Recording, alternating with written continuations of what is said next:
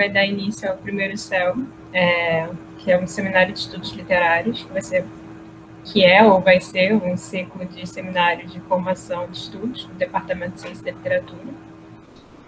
E hoje quem vai falar sobre sua pesquisa, sobre o Diário de Rita Malfatti, é o professor Carlos Pires, mestre e doutor pela Universidade de São Paulo, professor da Faculdade de Letras da UFRJ, pesquisador do IEB USP, que é autor de artigos em revistas nacionais e estrangeiras e dos livros Apuros Modernos, o jovem João Cabral de Melo Neto, de 2016, e Frio Tropical, Tropicalismo e Canção Popular, de 2017. Professor Carlos. Obrigado, gente. Tudo bom? Eu queria, antes de mais nada, agradecer, pelo convite. E aí, quando o convite foi feito, eu fiquei pensando o que seria mais interessante eu apresentar aqui, né? Na verdade, eu já essa última pesquisa que eu fiz de pós-doutorado, ela já está ali, né? Nesse vídeo inteiro ali, né? Então, quem quiser perguntar coisas sobre ela para a gente conversar né, e fazer questões específicas, eu acho que esse pode ser um caminho. Mas o que eu pensei em fazer, né, estava conversando com o Ricardo, ele falou que seria interessante apresentar um pouco, né, assim, como eu me posiciono em relação à questão teórica, né, como eu penso as práticas de pesquisa, né, num sentido mais amplo. Aí o que eu pensei em fazer foi um pouco recuperar assim alguns momentos ali da minha trajetória de pesquisador, não para que isso sirva de modelo, aliás, muito pelo contrário, para mostrar um monte de equívoco que a gente faz, para que vocês não cometam os mesmos e tenham mais convicção nas escolhas sabe, caminhem com mais determinação e tal, né? Então,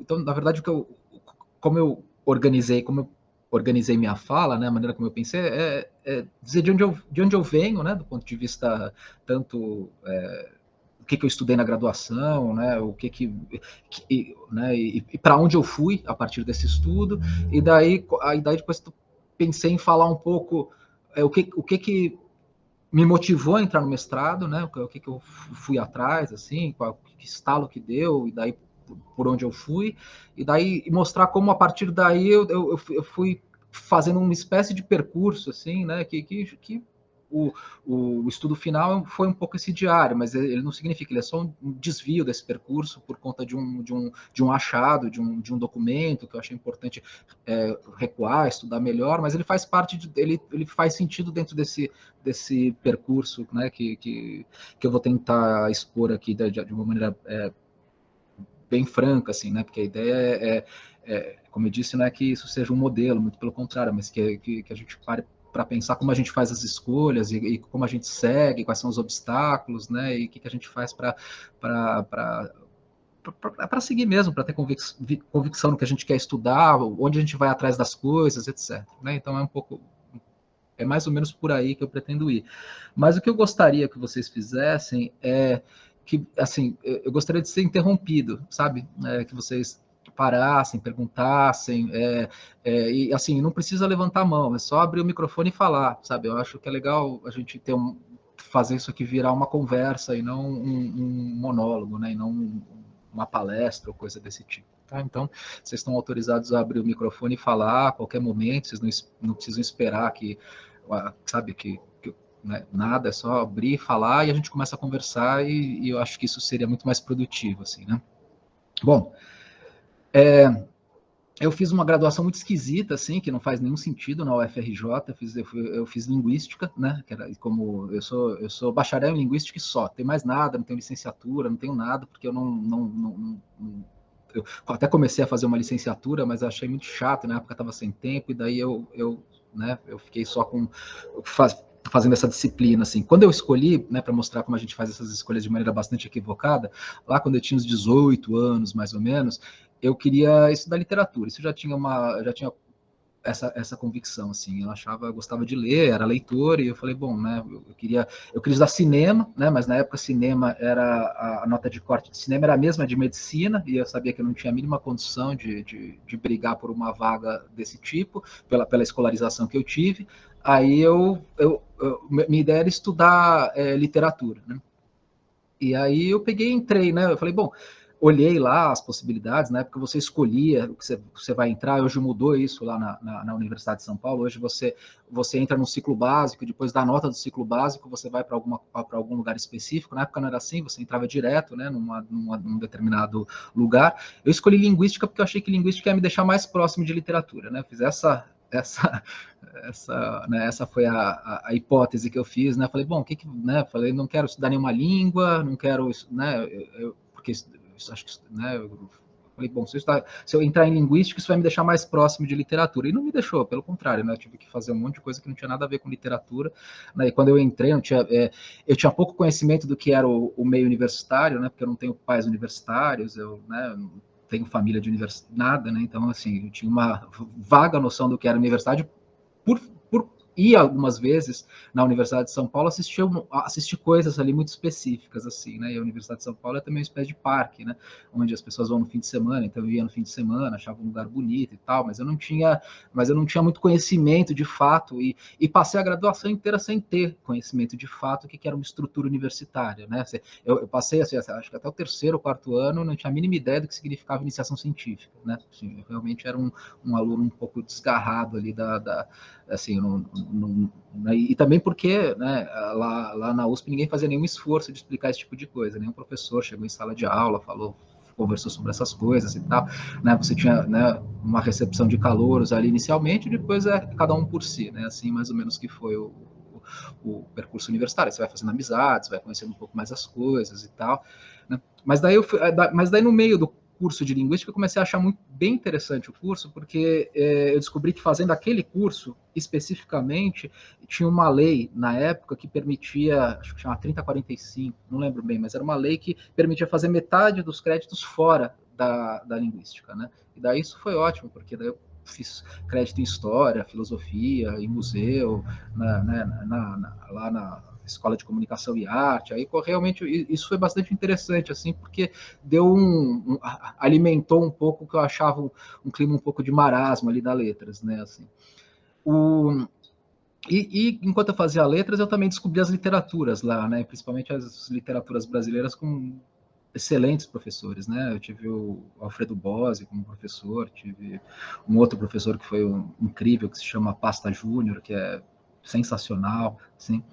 E mais, né, Iná Camargo, alguns professores que para mim foram muito decisivos ali, né, e que eles tinham uma cobrança, isso que eu achava, eles tinham assim, um foco no que eles estavam formando ali muito interessante, assim, eles estavam formando leitores, né, assim, era um trabalho era um trabalho com texto muito fino, assim, era um trabalho de colocar o texto literário na frente e entrando naquela complexidade de linguagem e de fato ir aprendendo a ler aquilo nas diversas dimensões que aquilo tem, né? Esse nem todos, né? Mas assim, muitos desses professores fazem parte do departamento que o Antônio Cândido fundou né, há 60 anos atrás, em 61, que é o departamento de teoria literária e literatura comparada lá da Universidade de São Paulo, que foi onde depois eu fiz meu mestrado e doutorado, né? E aí, então, uma coisa que eu aprendi a fazer ali, depois, isso, né, que foi justamente chegar e trabalhar com texto, assim, trabalhar com texto e ler texto e fazer um trabalho reflexivo com texto, entender como aquela linguagem se arma e aprender a falar dela, né? Isso foi bem interessante porque, paralelamente à universidade, né, eu comecei é importante saber que a gente estava nos anos 90, né? E isso pré-governo Lula, e nos anos 90 foi assim, assim, eu tive aulas, por exemplo, para vocês terem uma ideia, algumas aulas com 250 pessoas dentro da sala de aula. Um curso regular, com as pessoas saindo pela porta, outras pessoas na janela, né? Era um momento de precarização, assim, absurdo ali, né? O que aconteceu no governo Fernando Henrique Cardoso, assim. A ideia era, assim, as coisas foram, né? Depois, quando eu entrei aqui na UFRJ, no dia quando eu fui tomar posse, há uns anos atrás, o sujeito que estava conduzindo ali, ele falou que realmente, nos anos 90, a precarização foi absurda, a UFRJ cresceu uma federal de Santa Catarina dentro, sem nenhuma contratação de professor ao longo dos anos 90. Né? Então, a gente tem... era um momento assim, que você não tinha muito horizonte, assim, as coisas não eram tão... Né, as coisas melhoraram assim, de maneira brutal na década seguinte, né? Começaram a melhorar no começo dos anos 2000, que foi quando eu entrei no mestrado, né? Eu saí da universidade, fui trabalhar e fiquei dando aula, de literatura, né? E aproveitando e tentando pensar em Fundamental 2, tentando pensar aquilo que eu aprendi na universidade, que é aquilo que o Antônio Cândido faz, né? Que ele tem um jeito de pensar literatura e de trabalhar com os textos, que é uma coisa que é muito muito particular e muito interessante, né? A maneira como o Antônio Cândido pensa a literatura. E eu fui formado dentro desse horizonte, né? Dentro desse horizonte teórico ali, assim, principalmente lendo a tradição crítica brasileira e lendo teoria crítica, né? Lendo Adorno, lendo Benjamin, lendo, né, esses autores ali.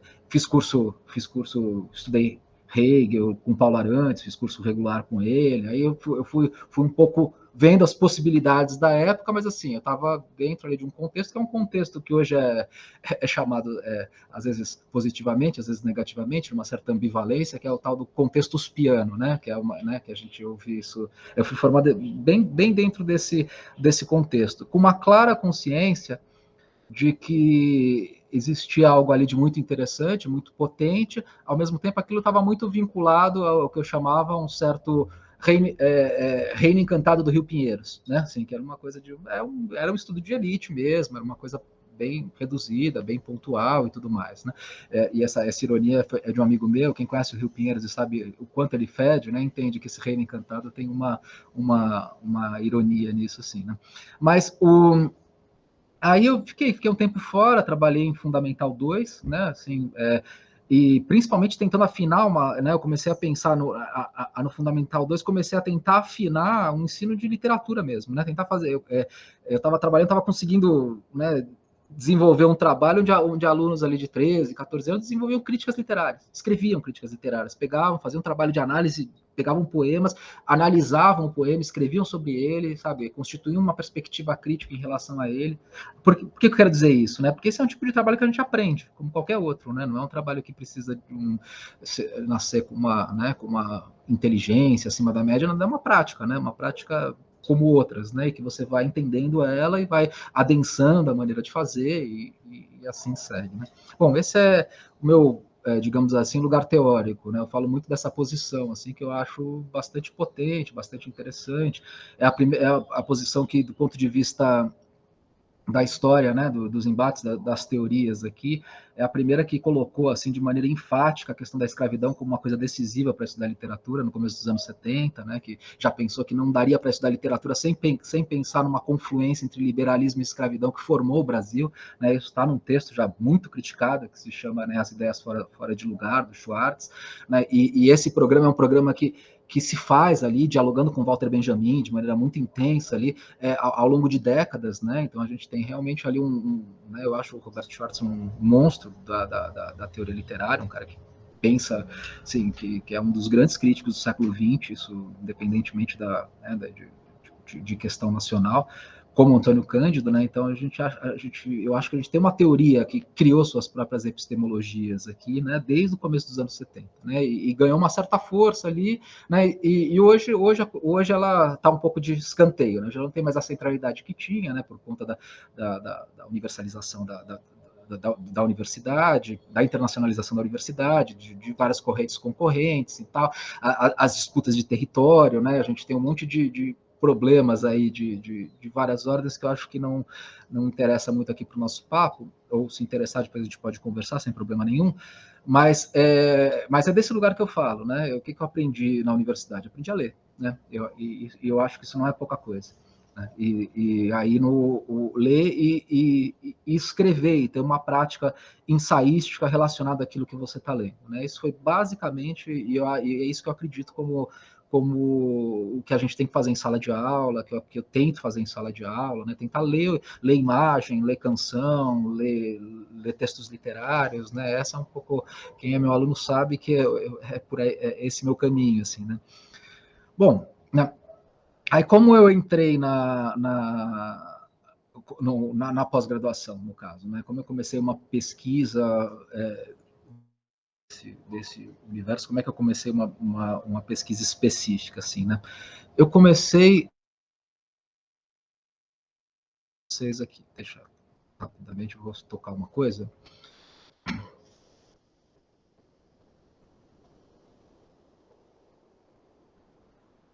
Se morre mais cambada, dole uma, dole duas, dole!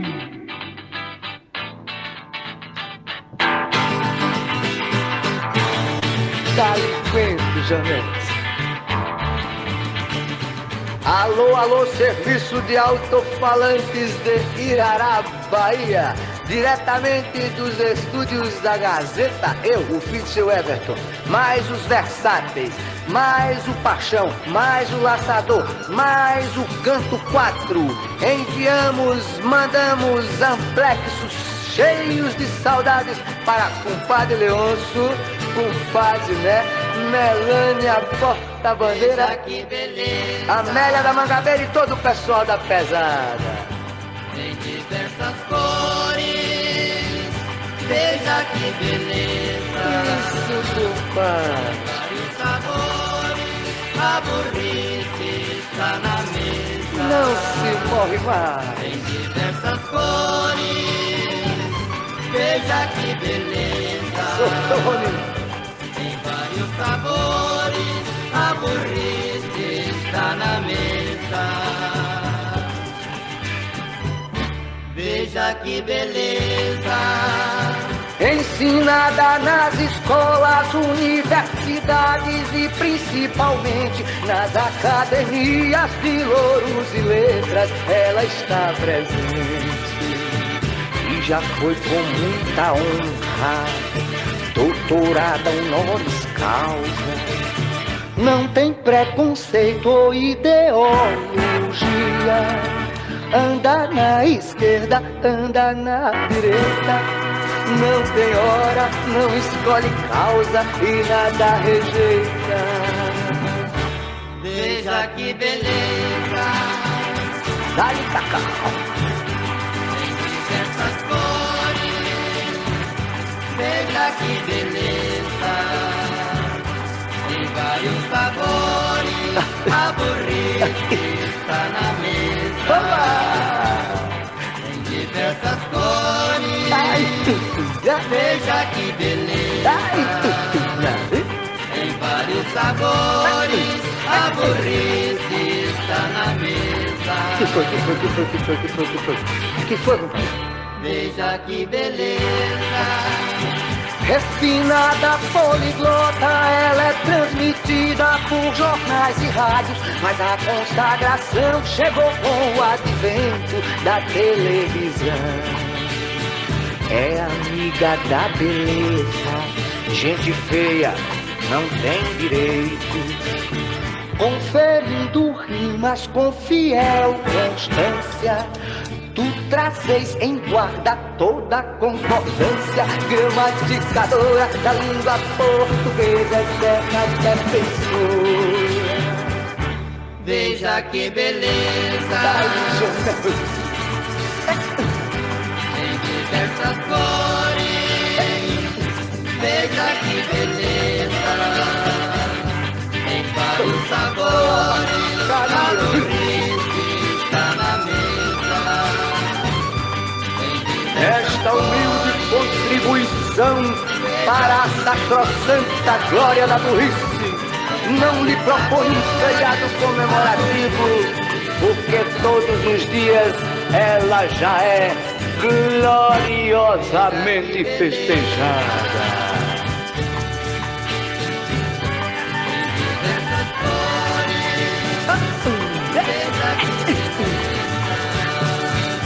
Não se morta.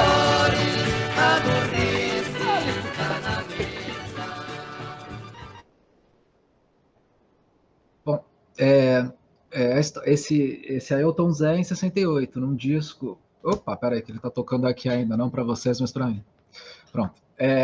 E aí, é um disco de 68 do Tom Zé, que foi um autor que ganhou o festival, lançou um disco tropicalista, né, também na época, esse disco. Teve um espaço forte ali no grupo tropicalista de 68, e é um autor que desapareceu. Esse disco é impossível de achar hoje, né? Impossível não. Outro dia estava conversando com uma outra professora, com a Dani, ela procurou e achou o disco, mas é R$3.500 o disco hoje. Assim, você tem que importar de um lugar, assim, esse disco desapareceu, né? E o Tom Zé desapareceu, né? Isso é uma coisa importante, né? O Tom Zé era uma coisa que ficou completamente turva, ele foi fazendo discos melhores que esse, assim, ele tem os primeiros discos dele dos anos 70, são incríveis, assim, quem não conhece, Estudando Samba, ou esses discos ali, assim, vale a pena ouvir, porque são discos incríveis. E o Tom Zé, ele ressurge nos anos 90, né? Num contexto em que muito particular, assim, né? Ele desapareceu, sumiu do horizonte, mesmo tendo uma super relevância na época, e daí foi colocado de lado, né? O Caetano Veloso, depois do Araçá Azul, larga a questão do experimentalismo, né? Porque foi um fracasso, e afunda na questão ele mesmo diz isso, e vai tentar melhorar o nível médio da canção brasileira, e o Tom Zé não, o Tom Zé continua experimental e fazendo discos cada vez mais radicais ao longo dos anos 70, né?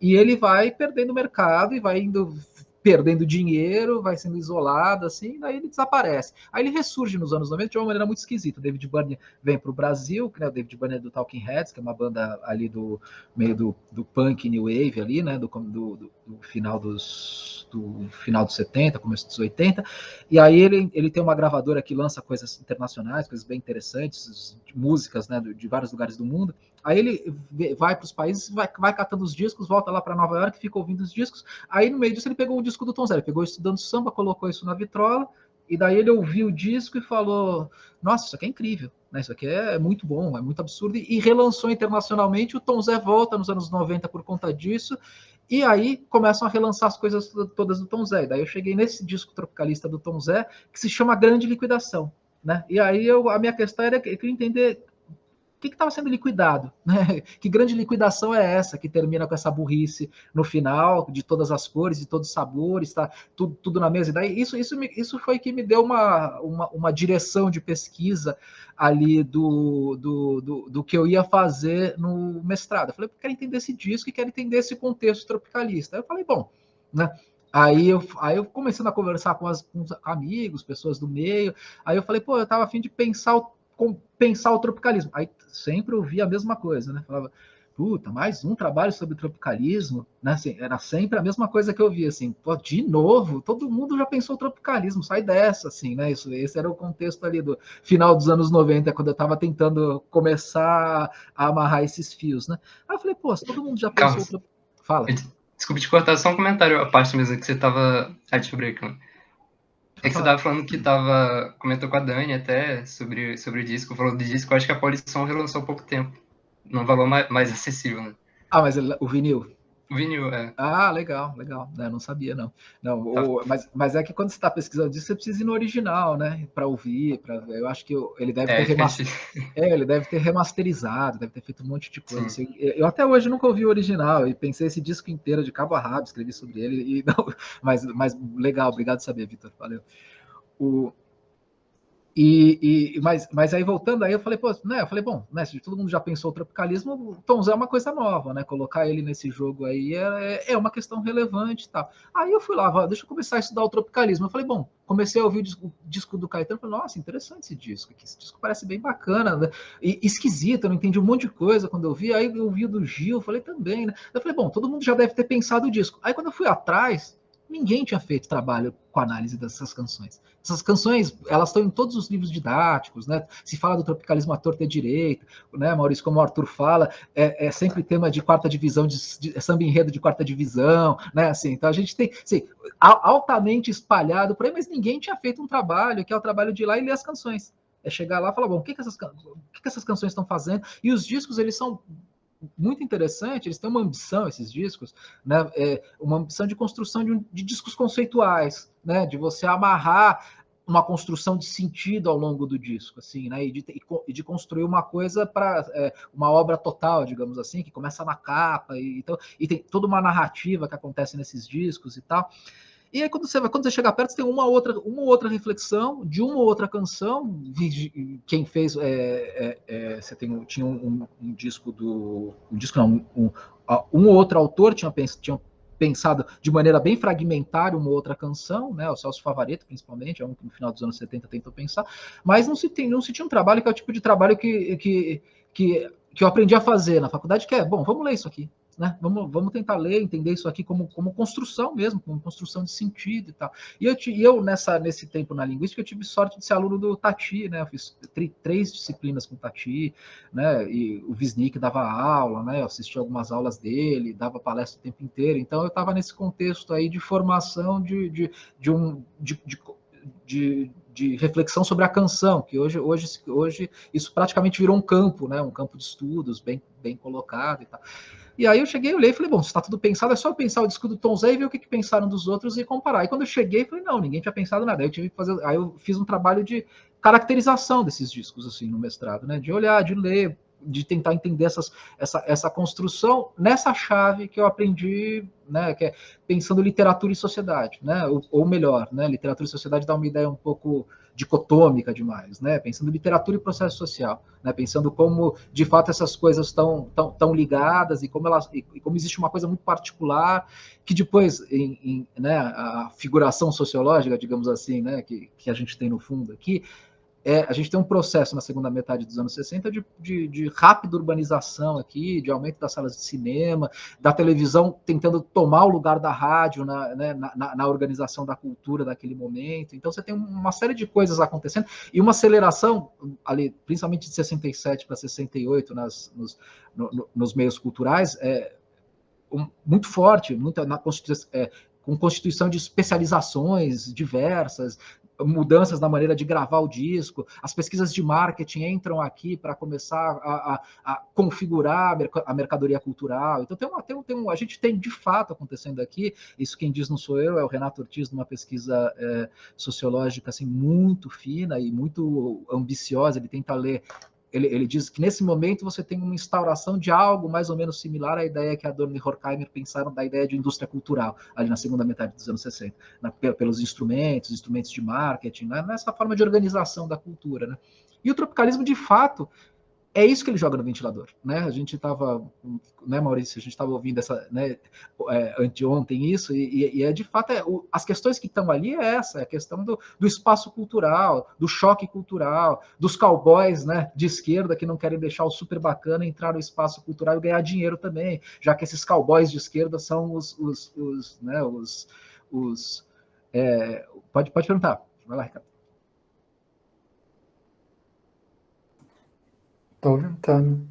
Carlos, só para perguntar, como é que essa pesquisa foi recebida? Porque tem aí uma questão de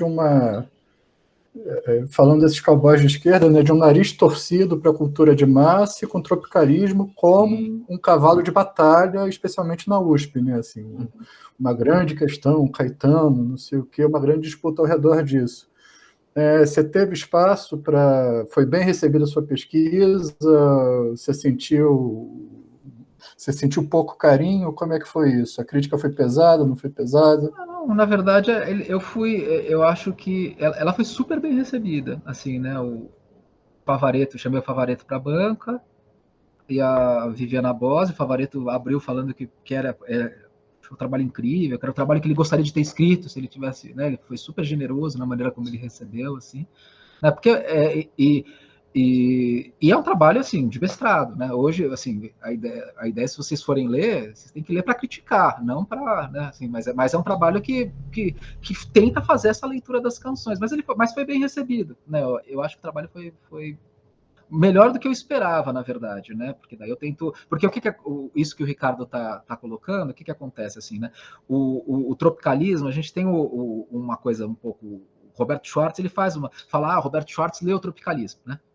Não, ele, na verdade, não leu, ele fez ele fez comentários sobre o tropicalismo e se esquivou da leitura do tropicalismo até agora, no último livro dele, onde ele faz uma leitura do Verdade Tropical. Super bacana, mas é do Verdade Tropical. Mas ele faz um comentário sobre, ele tenta fazer uma imagem para caracterizar o tropicalismo, né? Ele fala que joga uma luz ultramoderna no arcaico, né? Tem uma imagem que ele faz ali num texto que se chama Cultura e Política, assim.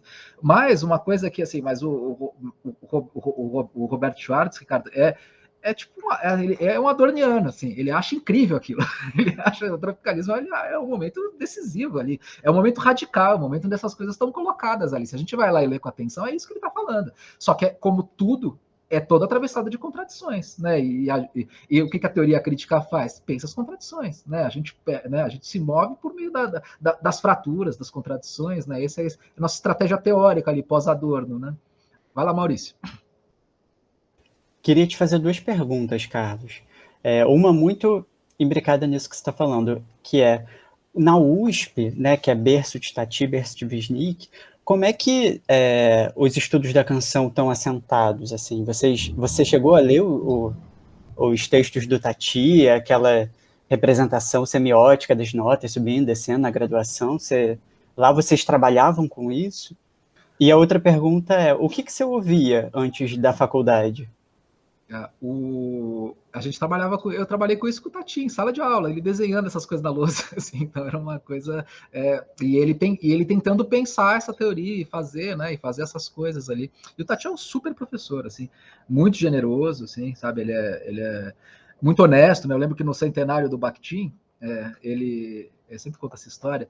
Eu não sei se vocês devem ter sido alunos da Beatriz, que dá aula de variação, né, aqui então ela era minha colega, a gente fazia os trabalhos de linguística juntos, né, e no seminário do centenário do Bakhtin, aí ele falou, gente, eu não entendo muito de Bakhtin e eu estou precisando entender, estudar, que tal se a gente lesse um livro aqui junto nesse semestre, já que a disciplina era semântica. Aí ele depois transformou tudo num seminário, cada grupo ficou responsável, eu e a Bia ficamos responsáveis por um capítulo ali, e a gente fez, sabe, a disciplina de graduação virou uma apresentação do Marxismo e Filosofia da Linguagem, que hoje nem é do Bakhtin, né, depois se descobriu que era do Voloshinov, né?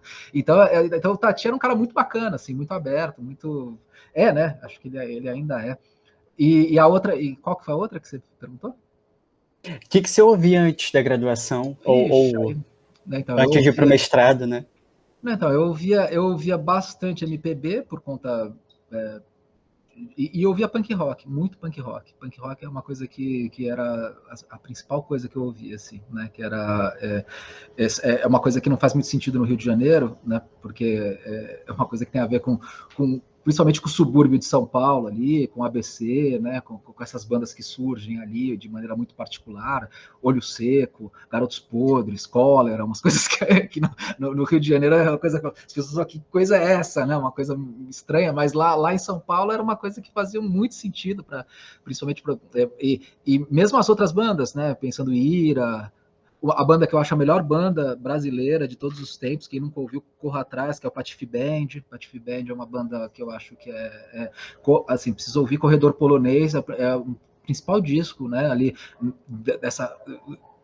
saindo da tradição do punk e mesclando com a lira paulistana. Então é um super disco, assim, quem não conhece esse disco precisa ir atrás, mas eu vi essas coisas basicamente. O disco que mais fazia sentido para mim na época era esse, se a gente for tentar pegar um disco, é esse Corredor Polonês do Patife Band. Esse é meu grande disco de formação, digamos assim, né? Mas eu ouvia muito MPB, eu ouvia Chico, ouvia Caetano, mais Chico do que Caetano, né? E quando eu descobri o Tom Zé, aí foi uma revelação, né? Aí foi, assim, eu achava a Bossa Nova um saco, né? Hoje eu adoro Bossa Nova, né? O João Gilberto, principalmente, eu adoro o João Gilberto. Eu não entendia quando era mais garoto, né? Então esse era o meu contexto de formação ali, assim. Hoje eu acho o João Gilberto o cara, né? Assim, eu acho ele, a maneira como ele faz música, mas você acha ali tem coisas grandes ali que nem começaram a ser explicadas, né? Eu acho que outra coisa, estudar o João Gilberto. Não, o João Gilberto nem começou a ser explicado, assim, do ponto de vista de análise musical, de tentar pensar a canção, né? Essas são as armadilhas, né, que eu queria trazer para vocês, assim. Quando vocês tiverem alguma questão na cabeça, vocês, assim, pouquíssima coisa assim foi realmente bem pensada assim no Brasil. Assim, tem o Machado, algumas partes do Machado, né? A gente tem alguns poetas assim, mas é difícil, mas assim bem organizado mesmo e tal. A gente tem uma, né, na verdade uma cultura que foi sempre feita por uma parcela muito pequena ali, né, de intelectuais dentro, né, então eu acho que a gente tem uma precariedade mesmo, né, então qualquer assunto que vocês entrem, vocês vão achar complexidade para reorganizar aquele tipo de coisa, né, e claro, no tempo presente sempre, principalmente hoje, né, tipo de momento histórico que a gente está vivendo, de clara fratura, né, histórica, isso recoloca todo o passado e cobra uma necessidade de reorganização das coisas, né? A gente tem os autores frutos de um trauma parecido, Walter Benjamin, Auerbach, Norbert Elias, Adorno, né? São os grandes caras que eu acho até hoje, assim, que passaram pela experiência do nazismo e foram expulsos, né? Então a gente hoje a gente está num momento histórico que cobra um passo atrás, né, nas disputas de território e um olhar com cuidado para as coisas, um olhar mais né, mais cuidadoso, né, para pensar as questões e tal, passando obviamente por questões de gênero e raça que são incontornáveis, né? Mas e aí? Eu sigo? Você tinha feito mais uma pergunta, né, Maurício? Qual foi a segunda? Não, tá. Bom, então daí eu fui estudar os discos tropicalistas e para entender qual que é essa grande liquidação aí do Tom Zé? Essa era a minha questão. Aí eu fiz as leituras do disco do Gil, do disco do Caetano e depois do disco do Tom Zé de 68 para tentar repensar ali o tropicalismo, né? Saiu um livrinho, né, que chama Frio Tropical, que está disponível aí. Aí, enquanto eu estava fazendo a pesquisa, eu percebi que esse momento ali de 68 para 69 era um momento de trauma muito forte, né? Era um momento onde você lê, por exemplo, Verdade Tropical, você percebe que o Caetano Veloso ele consegue reorganizar a experiência dele até a prisão e o pós-prisão. Mas assim, o que vem depois, você percebe que o texto já muda a consistência e é quase nada. Né? E isso, quando eu comecei a ler biografia, carta, dessas coisas que atravessavam esse momento, isso acontecia em muitos outros lugares, assim, desde biografia da Danusa Leão, até as cartas do Elliot Sica com a Lígia Clark. Você percebia que a hora que as coisas passavam por aquele momento, elas depois, assim, o ritmo da fala, a maneira como as pessoas relatavam a própria experiência, isso mudava a consistência. Eu falei, pô, alguma coisa aconteceu ali. E, óbvio, né, além do AI-5, na verdade, toda uma reorganização cultural que se deu nessa segunda metade dos anos 60. Né? Eu acho que é esse o ponto. Né? Eu acho que a cultura ela deu uma deslocada no eixo, né, de funcionamento. A gente, de fato, tem uma cultura que a gente pode dizer que se especializou em diversos aspectos, né, e que, de fato, começou a ser organizada por meio de pesquisas de marketing e mais ou menos aquilo que a gente enxerga ali na virada dos 30 para os 40, que o Adorno e o Horkheimer descrevem como indústria cultural. A gente tem algo mais ou menos nessa coisa acontecendo aqui na segunda metade dos anos 60. Né? Óbvio, a gente antes disso tem comércio cultural, tem rádio, tem massificação, né, desde principalmente dos anos 30 para frente de questões culturais, mas essa chave específica, na maneira como eu penso isso, eu penso com Renato Ortiz, num livro que se chama A Moderna Tradição Brasileira, é uma coisa que acontece na segunda metade dos anos 60. E aí eu comecei a ficar com essa questão, né? Falei, bom, o que foi liquidado? Né? Foi liquidado uma possibilidade de organização nacional ali, né? Um tipo de experiência nacional ali que o tropicalismo é o ápice e a ruptura disso, né? É o momento onde você tem um momento de trauma muito particular e de exposição dessas coisas, de exposição muito potente, né? Os discos tropicalistas eles estão pondo as questões mais imediatas e banais do dia a dia, mas de uma maneira muito potente, né? E eu comecei, aí eu pensei que para um doutorado eu tinha que tentar entender que experiência foi essa, né? O que se organizou como possibilidades ali, como possibilidades para o país, para a cultura brasileira, que dá esse choque ali, né? No final dos anos 60. Aí eu estava numa exposição do Volpe, né? E olhando mesmo, e com essa obsessão, né? Você vai criando umas obsessões assim, né? Essa questão de pensar. Aí comecei a ver os quadros e tal. Aí quando eu ia, os quadros estavam todos organizados cronologicamente. Quando eu cheguei no quadro que passou ali de 68 para frente, eu Eu falei, pô, né, os quadros mudaram completamente a forma de organização. Os quadros começaram a ganhar um tipo de aceleração que não tinham antes. Eu falei, que louco. Daí, sabe, essas coisas que você fala, que doideira, por quê, né? Aí eu comecei a tentar entender esse tipo de coisa, comecei a escrever sobre o Volpe e tal. E aí eu fui ver, o Lorenzo Mami já tinha falado, olha, aconteceu aqui, vocês perceberam, o quadro daqui. O Lorenzo Mami é um dos principais críticos que a gente tem hoje, assim, super...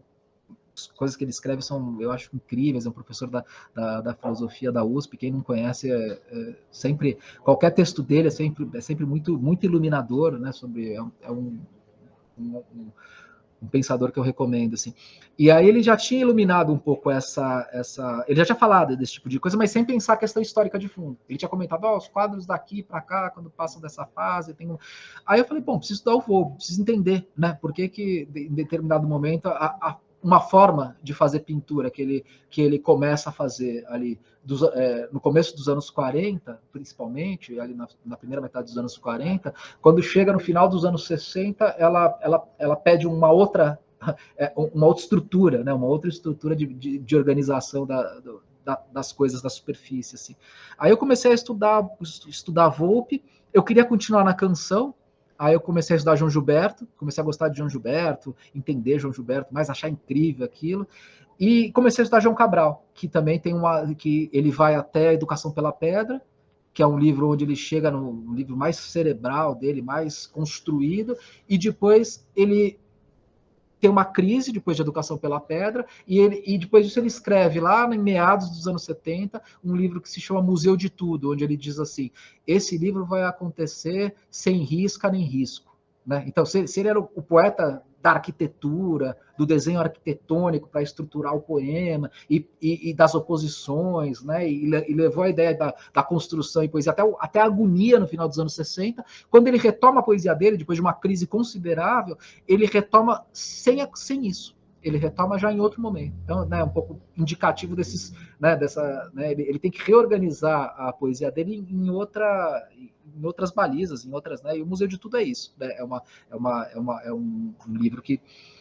E aí eu falei, bom, vou tentar armar então a discussão, né, o Volpe é um principal pintor dos anos 50, ali, segundo o Mário Pedrosa, um pintor decisivo ali para a história da pintura brasileira. O João Gilberto também é o cara, e eu falei, e o João Cabral também é um decisivo ali. Eu falei, bom, né, tô com fôlego, tô com tempo, vai dar para pegar uma bolsa e ficar 4 anos lá pensando nessas coisas, um pouco isolado, e numa maneira, né, e daí eu fiz isso e mergulhei.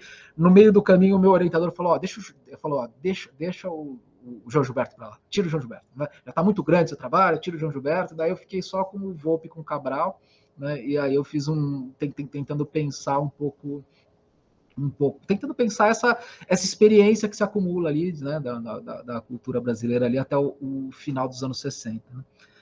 Aí eu peguei, terminei também, o doutorado também foi super bem recebido, né? Quem viu lá gostou bastante, ficaram super felizes, empolgados com a leitura de Cabral. O Eucanaã foi banca, ficou super empolgado com a leitura do Cabral que eu fiz. A Lili Schwartz ficou super, com a leitura do Volpe, né? Então foi assim, eles se empolgaram ali, acharam um problema. Aí a Lili Schwartz falou, só que tem uma questão ali né? Isso que você está pensando, que você está achando que você está fazendo, isso foi uma coisa que ela falou em banca, né? Isso que você está achando que você está fazendo, que é literatura e processo social, arte, você não está fazendo não, né? Assim, você está fazendo literatura, fazendo uma leitura de livro, mas você precisa refinar essa questão desse processo social em jogo ali, para pensar essas coisas de maneira um pouco mais estruturadas, né? Então ela fez uma crítica muito interessante, muito pontual relacionada a isso, assim, né? E aí eu fiquei com isso na cabeça, pesquisando coisas. Eu fiquei um ano, né, num estágio de estudo fora, em Boston, um ano lá né, fiquei lá em torno de Harvard, ali, tentando pensar questões ali da poesia brasileira, ali né, levantar esse tipo de coisa. E o tempo inteiro eu esbarrava com a Anita Malfatti, que eu já tinha esbarrado com ela foi para Nova York, aí eu tentei levantar as informações dela em Nova York, aí levantei um pouco as informações sobre o grupo que ela ficou lá e tal. Aí eu comecei a escrever sobre Anita Malfatti nesse momento, né? E tentando um material novo para pensar a questão, né? Eu achei que um passo que eu tinha que dar assim para continuar a reflexão era tentar dar um passo como eu estava fora do país, um passo onde eu propusesse coisas transnacionais, assim, reflexões para além do Brasil, pensando o Brasil nessas relações, né?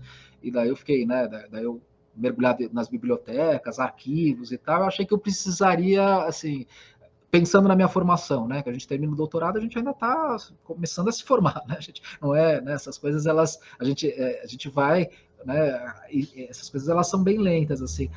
Aí eu comecei a trabalhar com arquivo de maneira mais intensa, comecei a entrar um pouco mais ler mais a sociologia, entender um pouco mais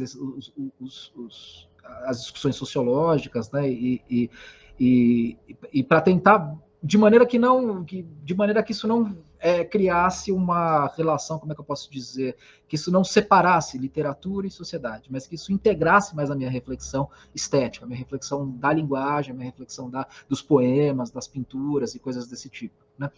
Aí eu fui lá, aí desse tempo que eu fiquei fora, né? Eu fiquei o tempo inteiro. Eu entrei numas com a Anitta Malfatti, assim, né? Fiquei lá estudando a Anitta, levantei um pouco o material sobre ela fora, tentei procurar, né? Eu comecei a ler um monte de coisas, e eu já tinha lido sobre ela. Tem um capítulo do meu doutorado era sobre ela, pelo fato de eu ter voltado para um contexto dos imigrantes do Volpe nos anos 10 e 20, né? Eu esbarrei ali no contexto de formação da Anitta também, que é isso que eu mandei um pouco no vídeo, foi isso que me levou ali para o lado da Anitta. Aí quando eu voltei, né? Aí eu fui procurar uma professora que eu queria ter, que eu acho que ela pensa, ela tem um livro que eu achei muito bacana e foi legal para eu entender, para eu me posicionar assim nos anos 30, 40, que é um livro chamado Destinos Mistos, que é da Heloísa Pontes, né? Aí eu falei, bom, vou ter que ver se a Heloísa Pontes quer, né, me orientar um pós-doc. Fui falar com ela, não podia. Aí ela falou, não, mas a Ana Paula Simeone, que é essa outra que está dialogando comigo, ela falou, olha, a Ana acho que topa, né? Porque ela está pensando na Anitta Malfatti e tal. Aí eu fui começar a trabalhar no IEB, né? Com arquivo e tal. E eu estava querendo pensar nada a ver com a Anitta Malfatti. Estava querendo pensar a questão como eu tinha mergulhado forte ali nos anos 30, 40, principalmente, eu queria tentar pensar a ideia da institucionalização da arte moderna e do modernismo no Brasil, né? Pensando principalmente no final dos anos 40, com a criação dos museus de arte moderna e com a criação dos cursos de design, com a criação do cinema ali, né, de um não criação do cinema, mas a criação de uma escola de cinema, de uma escola de design, e tudo isso acontecia, e isso é uma coisa bem curiosa, eu falo isso no vídeo, tudo isso acontecia num prédio da 7 de Abril, que era onde ficavam os diários associados do Chateaubriand. Então você tinha o MAN num andar, o MAC no outro andar, as escolas relacionadas ao TBC em outras, as escolas de cinema em outro, depois elas foram ganhando espaços próprios, né? E aí aí nesse momento tinha chegado um arquivo no IEB da Emily Chamy, que teve toda uma briga para o arquivo dela entrar ali no IEB, porque o marido dela é um poeta da poesia praxis, ali do começo dos anos 60, principalmente, ali, que tem lá uma importância no começo dos anos 60, e ela é uma super ela é uma super designer, assim, ela da primeira escola que a Lina Bo cria, e ela estuda ali, e começa a trabalhar com os concretistas, começa a fazer vários livros, e tem todo um percurso que é muito interessante do ponto de vista da história dela, assim.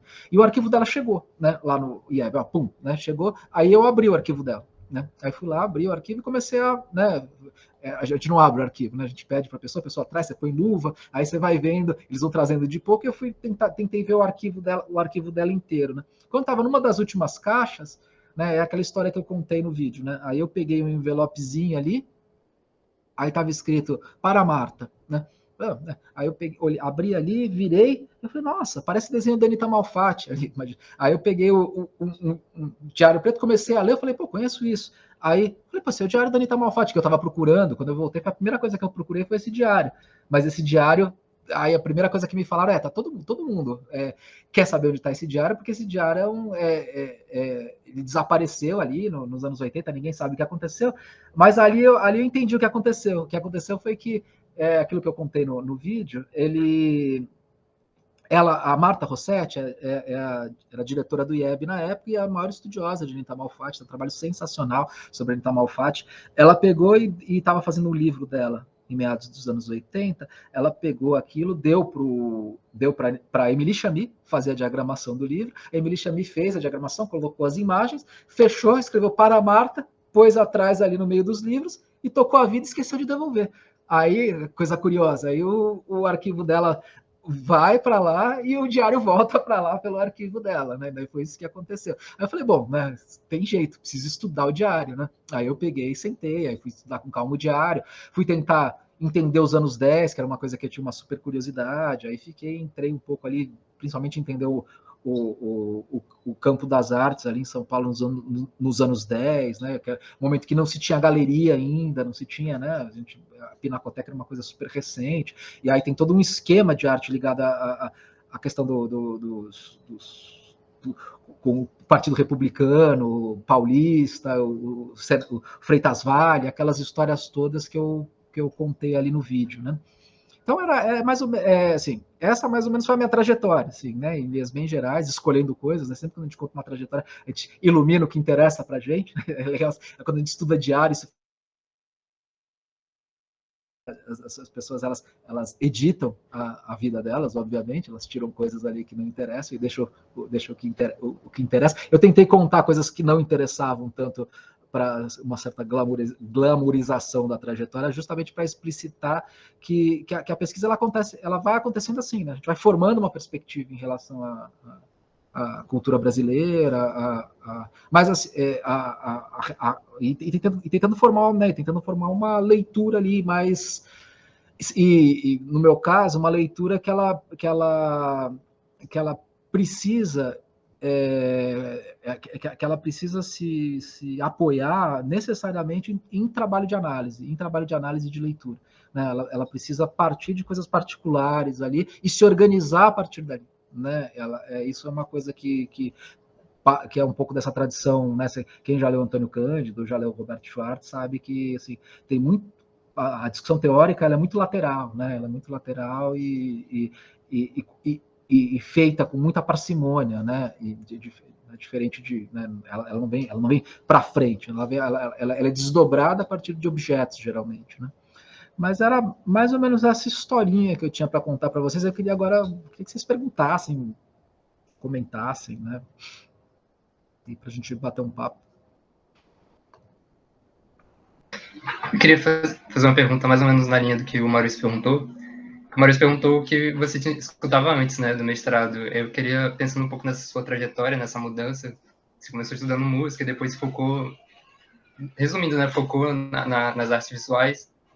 Eu queria saber o que você tem escutado hoje e também como você vê a música hoje, pelo menos o que você escuta, assim, em âmbito teórico.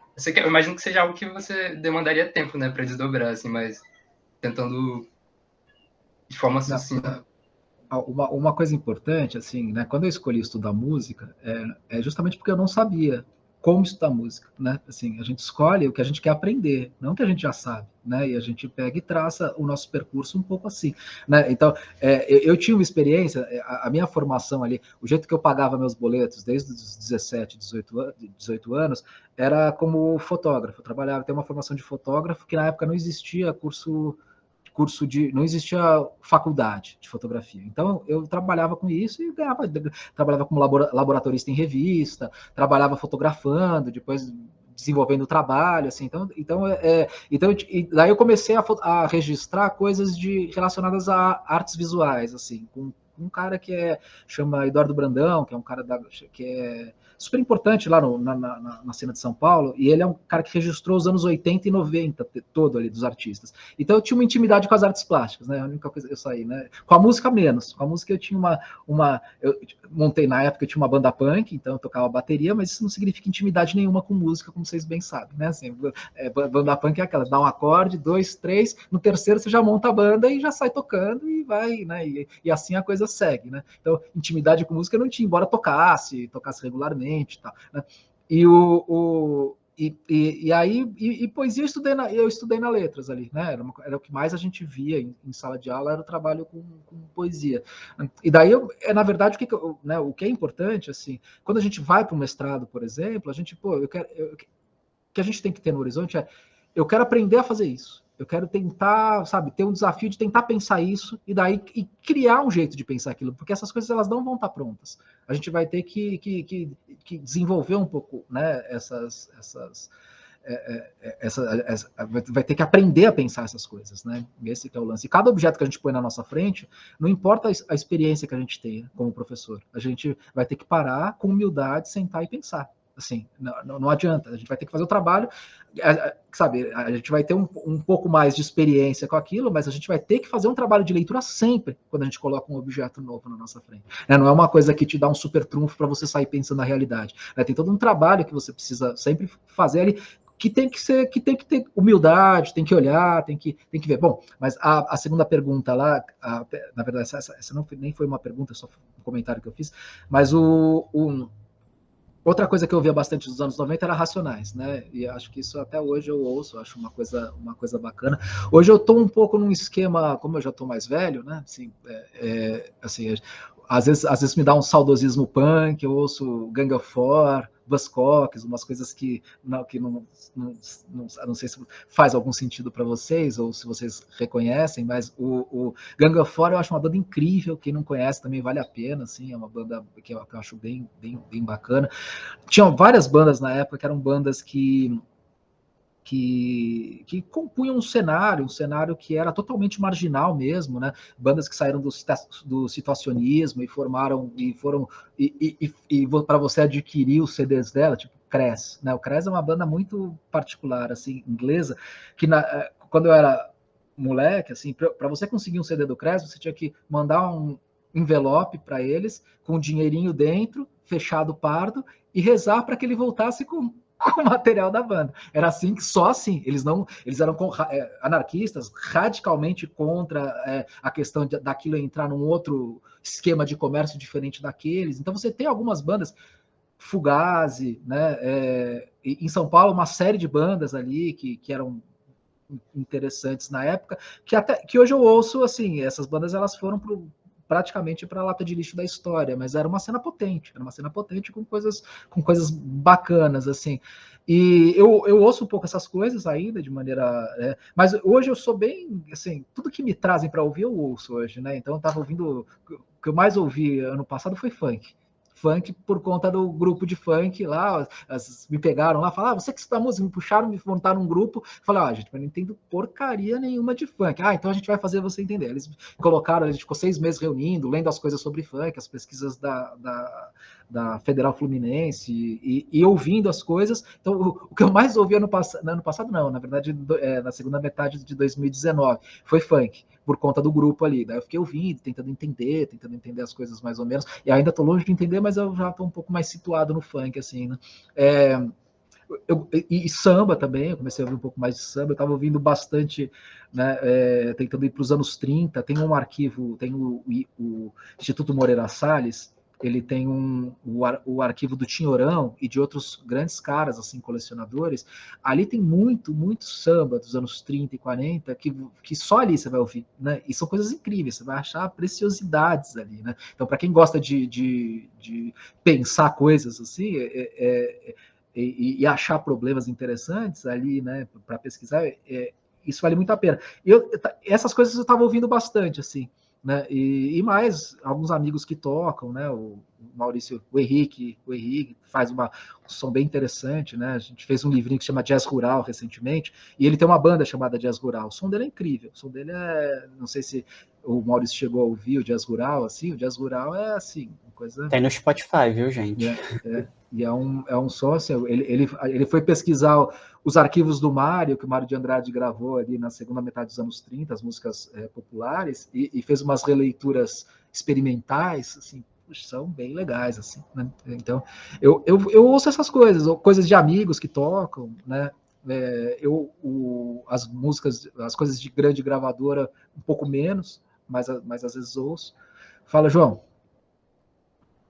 Eu tenho uma pergunta para você que pode até parecer básica, mas eu gostaria de saber como é que é para você a diferença entre analisar uma poesia ou algo já escrito para uma música, não necessariamente no tropicalismo e tal, que já pode até existir alguns conceitos, algumas coisas já definidas, mas como é que é para você, se você acha que tem que estudar um pouco ali de teoria musical ou alguma coisa assim, ou se você só ir na letra e escutar já dá para começar a analisar, e também porque a gente conversa muito, né, sobre atuação, e eu penso muito nisso na música, né, porque na letra está escrito de uma forma, mas você pode cantar e falar de diversas maneiras possíveis na hora de interpretar a canção. Então, eu queria que você me dissesse como é que e também essa diferença, né, entre analisar uma poesia, uma parte já escrita, de quando você começa a escutar a música. Esse campo de reflexão da canção, ele é algo muito recente mesmo, né? Como eu estava, imagino, o Tati estava consolidando mais ou menos algo nessa direção ali nos anos 90. Hoje ainda, né? E o Tati foi numa direção, né? Na direção dele das linhas, para pensar a questão das melodias e tal.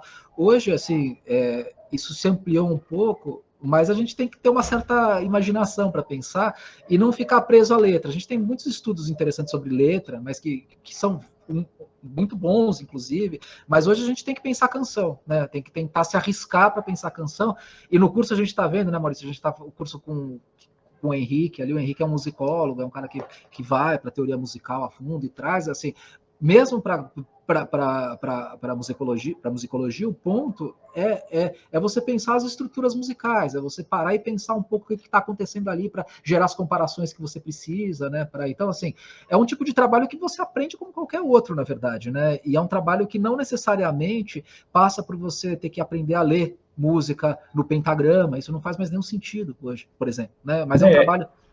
Não, é que nem o que eu penso um pouco em disco, né? Porque às vezes a gente não percebe nenhuma relação de uma música com a outra na letra, mas tem alguma relação por trás para todas elas estarem no disco, que nem em alguns livros de poema existe essa relação que às vezes não é perceptível, que também é interessante pensar. E às vezes só dá para ver um pouco mais em relação com o instrumento ou algo do tipo, né, da música.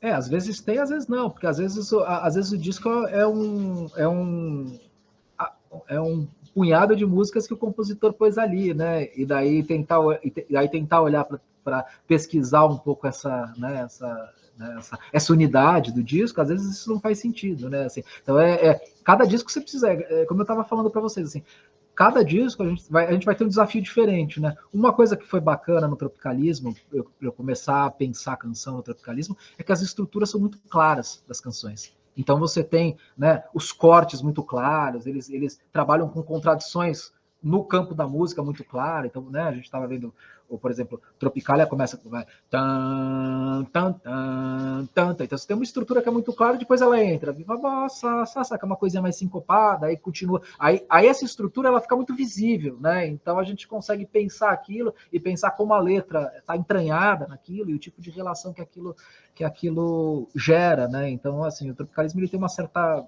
ele facilita um pouco por aí, assim, né? Ele aguça um pouco o olhar para essa questão da estrutura musical, né? Porque a coisa salta, né? Por conta principalmente das composições. Mas é sempre um desafio, a gente tem, assim, depende né? A gente teria que sempre colocar coisa na frente e tentar pensar, mas hoje seria muito difícil você pegar uma canção, pensar só a letra, né? E aquilo, por exemplo, ter você vai tentar fazer um artigo daquilo, as pessoas vão falar, não, você tem que pensar a música, hoje é quase você precisa pensar a coisa no campo que aquilo se coloca, né? E a questão, eu acho, vocês têm que tentar, tem que não dar certo, voltar, fazer de novo. Uma coisa que é importante, que eu não falei aqui, que é essa questão de como a gente trabalha, né? A gente põe a coisa na frente, ouve e vai escrevendo. É importante que a gente, o tempo inteiro, ouça e escreva. Que não é assim, depois que eu entender, eu vou escrever. Não, escrever é um processo que te ajuda na compreensão do objeto que você está pesquisando, né? Então, a escrita, vocês têm que tentar pensar na escrita não como uma coisa que no final você vai lá colocar suas conclusões. Você tem que pensar na escrita como um instrumento de reflexão. que vai te ajudar, você vai escrever, e aquilo vai te ajudar a pensar, e você vai, né, explorando aquele objeto, e vai tentar fazer o melhor possível. E sempre, assim, né, assim, a gente sempre faz o que consegue fazer. Tenho certeza que se vocês forem pegar os discos tropicalistas que eu pensei, vocês vão achar coisas que eu não pensei, e vocês vão ampliar para um lado, para o outro, entendeu? Esse que é o ponto. A gente sempre faz, né, isso que é bom a gente ter, a gente sempre faz o que a gente consegue fazer, né? E só que aí a gente tem que, né, o que a gente tem que mais ou menos tentar é criar uma rotina para fazer aquilo, sabe? E daí ficar brigando com aquilo, né? Brigando com aquilo, pedindo ajuda, chamando amigo, chamando músico. Pô, e aqui, como é que eu digo isso? Né? E daí você fica, né? Você vai criando uma rede ali, e quanto mais, né, eu acho que um dos desafios fundamentais atuais nosso é como fazer a reflexão parar de ser individual e a gente tentar pensar com mais cabeças, sabe? Se a gente precisa, isso é um hábito intelectual que a gente tem que mudar. Mas a Sara estava na fila, desculpa. Vai lá. Oi, boa tarde. Eu queria perguntar, mas antes de perguntar, eu queria comentar que é o primeiro CEL, né, o primeiro evento, e queria agradecer, assim, pontuar essa questão de expectativa. A gente esperava, não sabia muito bem como que ia acontecer, como que ia fluir. Eu achei muito bacana ouvir a sua trajetória acadêmica, eu não esperava essa abordagem e eu fiquei muito feliz pela surpresa. O que eu queria comentar, na verdade perguntar, é que teve um momento que você estava falando sobre essa questão do vinil do Tom Zé, né, e de como que foi sua relação com isso. E aí, mais pra frente, agora, por conta de uma pergunta do Vitor, você falou que escutou funk, essas coisas, e aí eu fiquei pensando no quanto que a característica dessa indústria é justamente o lançamento, né, das músicas, não por um CD, dentro dessa lógica de ter um disco, de uma construção de narrativa, mas sim de um single, né, de uma música sozinha. Eu queria saber o que você poderia comentar sobre essa nova etapa, essa nova característica de uma indústria que não é só do funk, mas acho que hoje isso é quase que uma regra do mercado da música também, de produzir música dessa forma. O que você poderia comentar sobre essa mudança e como que se estuda isso? Essa é a questão de $1 milhão, né? Eu tenho um aluno que está estudando isso, o Vitor, né? Ele está tentando pensar como o streaming muda, porque na verdade o que a gente tem que pensar, assim, né? Que eu acho que é uma coisa bacana, de maneira benjaminiana, digamos assim, né? Assim, as técnicas de produção de artísticas vão mudando e a nossa percepção também, né? E hoje, né, com o streaming, esse sentido que já tinha se quebrado, por exemplo, se a gente pensar num vinil, por exemplo, né? Num vinil a gente tem uma certa oposição do lado A e do lado B, né? Que é uma coisa que, né? Então você ouve de um jeito, então, você tem um jeito de se colocar em relação àquilo e um outro tempo, né? Assim, hoje a gente tem uma impaciência maior para as coisas, assim, então a gente já vai ouvir, já adianta, já pode acelerar, as coisas estão um pouco mais à mão, digamos assim, né? Então a gente vai mudando de maneira mais rápida. Então hoje a questão da música, que tem que capturar o ouvinte, né, e com timbres sedutores, tá? Isso é muito mais essa tal que antes a gente chamava, hoje também se chama a tal da música de trabalho, né? Isso é muito mais forte, né? Na verdade, um esquema de funcionamento da indústria cultural é assim, 1, 2 músicas de trabalho e o resto você completa o disco. Se vocês forem ouvir, né, ouvir a subhistória da música brasileira, vocês vão ver, você tem músicas ali mais intensas e músicas ali que são, às vezes, músicas claramente para fechar o álbum, ou coisas desse tipo, né? Oi, Júlia. Mas eu acho que hoje em dia, hoje o que eu estou tentando entender com o Vitor, relacionado ao streaming, ele está fazendo uma pesquisa muito interessante, mas muito interessante, que ele como ele é rapper, né? Ele quer colocar a música dele no mercado, então ele foi estudar essas formas de comercialização da música hoje, né?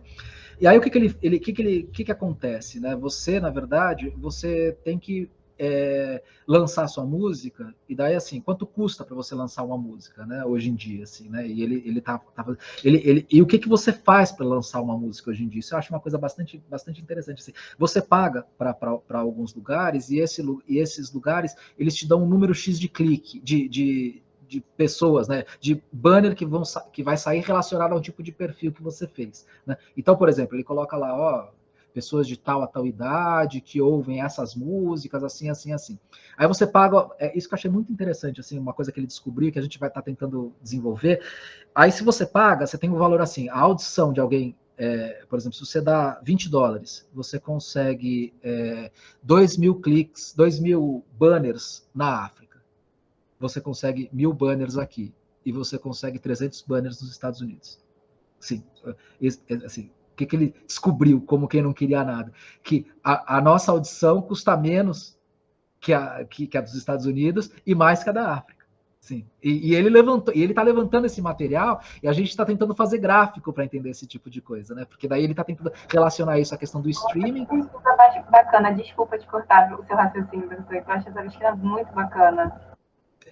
Não, essa pesquisa, o Vitor, quando trouxe isso, eu falei, Vitor, a gente tem que parar e entender isso aí, né? A gente precisa agora. E daí ele fez print do mundo todo, porque daí ele começou para tentar pensar contra. Ele foi para a Europa, ele foi para a Ásia, ele tá animadaço ali, a gente está tentando entender esse. E fora isso, né? Tem uma questão de como você projeta a música, né? E daí você projeta a música, você paga influencer, né? Para tocar a música, e geralmente influencer, e não tem nada, e não é para música de fato tocar, você não tem que pagar influencer que seja, por exemplo, alguém entendido do mundo do rap, por exemplo, não é isso. Você paga uma influencer que é alguma menina bonitinha que vai ficar de maiô e que vai colocar a música no fundo no story, numa coisa assim que ela faz. Então, e o dinheiro é isso para lançar a música. Ele foi me mostrando as planilhas de lançamento de música, como acontece o dinheiro, como entra, como essas coisas costuram um mercado novo, né? Como de fato hoje, se a gente pensar, né? O que é a crítica acadêmica perto de um influencer hoje? Não é nada, assim, do ponto de vista da canção, por exemplo. O que a gente faz é uma crítica, assim, obviamente, o que a gente faz tem uma importância para entender as coisas, etc., mas do ponto de vista de divulgação e de polêmica no meio ampliado, é nada. Né? Então é importante a gente pontuar esse tipo de coisa. Então, isso é o que eu estou querendo entender, Sara. Eu estou um pouco, né? O Vitor tá firme nisso aí, espero que ele continue firme, porque ele está mais preocupado com a carreira dele do que com a monografia de final de curso, mas fico puxando o pé dele ali, ele já coletou uns dados muito interessantes para pensar as coisas, né? Então mas essa é a questão decisiva hoje, assim, como é que o mundo se transformou, e a gente está falando de uma transformação de 4, 5 anos para cá, para entender, né, pensando de fato streaming, essas coisas assim entrando né, e os choques que isso dá com direito autoral, né, a gente está engatinhando nesse mundo ali e ainda não entendendo nada, né? A gente ainda está longe de entender o que de fato está rolando, né? Mas é uma super questão. Mas quem levantou a mão primeiro, a Jade ou o Francisco? O professor, acho que fui eu. Tá. Professor, muito obrigada. Queria, assim como a Sara, agradecer. Muito bom ouvir a sua experiência, o seu caminho aí. E muito obrigada por compartilhar com a gente. Eu gostei. Eu ia perguntar, e vou, sobre o seu processo de definição do escopo de pesquisa, porque o senhor falou que a gente tem que buscar algo que quer pesquisar, que quer desenvolver, tem que ter essa gana, mas eu acho que isso, às vezes, até pela paixão, que a gente, às vezes, acaba se apaixonando pelo objeto, não sabe como limitar. E aí o senhor falou sobre a escrita, né? Que a escrita ajuda a definir o objeto. E aí eu queria saber se é assim que o senhor trabalha geralmente. Pensa um objeto, começa a escrever sobre ele e depois define o escopo, assim, limita. Porque eu acho essa parte mais difícil, assim, limitar qual a base da sua pesquisa, né? Qual o limite da sua pesquisa. Não, estabelecer o recorte da pesquisa é o mais difícil, né? E você não vai estabelecer isso no projeto. Você vai tentar estabelecer isso no projeto, mas de fato você vai entender o recorte da sua pesquisa quando você colocar a mão na massa. E daí você vai delimitando esse recorte e vai entendendo, né, à medida que a pesquisa anda, né? Um projeto é uma ficção, na verdade, né? Pra gente dizer de maneira bem clara, assim, né? Onde a gente mais ou menos lança coisas projeta coisas, né? Que a gente acha que a gente abre um caminho ali, uma direção, né? Mas a gente de fato entende esse recorte quando a gente coloca a mão na massa. E aí o que vai determinar esse recorte, né? Se você escolheu, por exemplo, ler um objeto artístico, é uma coisa, se você escolheu fazer uma pesquisa em arquivo é outra, se você escolheu fazer uma edição de um livro, por exemplo, que é um caminho possível, um mestrado bastante honesto é outra, né? Se você, né? Então depende muito do que você vai fazer, mas eu acho que escrever sempre ajuda, né? Escrever é um instrumento ali onde você vai entendendo o que você está fazendo, vai se entendendo e ali você vai um pouco estabelecendo esse recorte. Uma coisa que é possível fazer no mestrado e no doutorado também, na verdade, você escolher, eu quero entender isso aqui melhor. E daí você coloca aquilo na frente, por exemplo, um romance melhor é uma coisa que é difícil, pensar um romance é uma coisa difícil, né? Mas aí o que a gente faz, né? A gente tem um modelo que é muito interessante, assim, que é o Auerbach. Não sei se vocês esbarraram com o Auerbach ao longo assim, o Auerbach, ele é muito cirúrgico no que ele faz. Ele quer um problema, ele recorta muito bem um pedaço muito curto do que ele quer, coloca na frente e entra numa análise vertical de linguagem, sempre.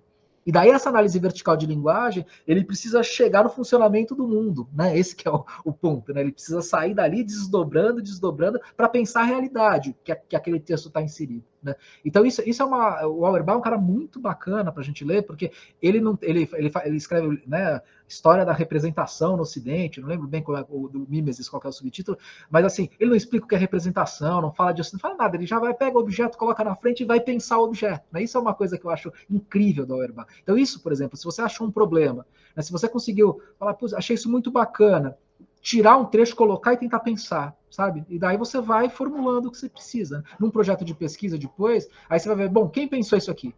Né? Fulano, ciclano e tal. Aí você vai organizar um pouco as coisas. E daí você vai, né, o projeto ele vai, o projeto na verdade ele vai abrir ali, né, uma direção de pesquisa. Só é isso que a gente tem que ter no horizonte. Se você num projeto de pesquisa consegue colocar uma exploração do objeto no meio, desenvolver algo, escrever alguma coisa, pensando o objeto, esse projeto vai ser muito bem avaliado, pelo menos no departamento, né, eu acho. Né? Se você consegue dar um exemplo, né, que você sabe trabalhar com linguagem artística, explicando e mostrando que, né, uma capacidade de leitura ali, isso a gente geralmente enxerga, olha isso como uma qualidade ali.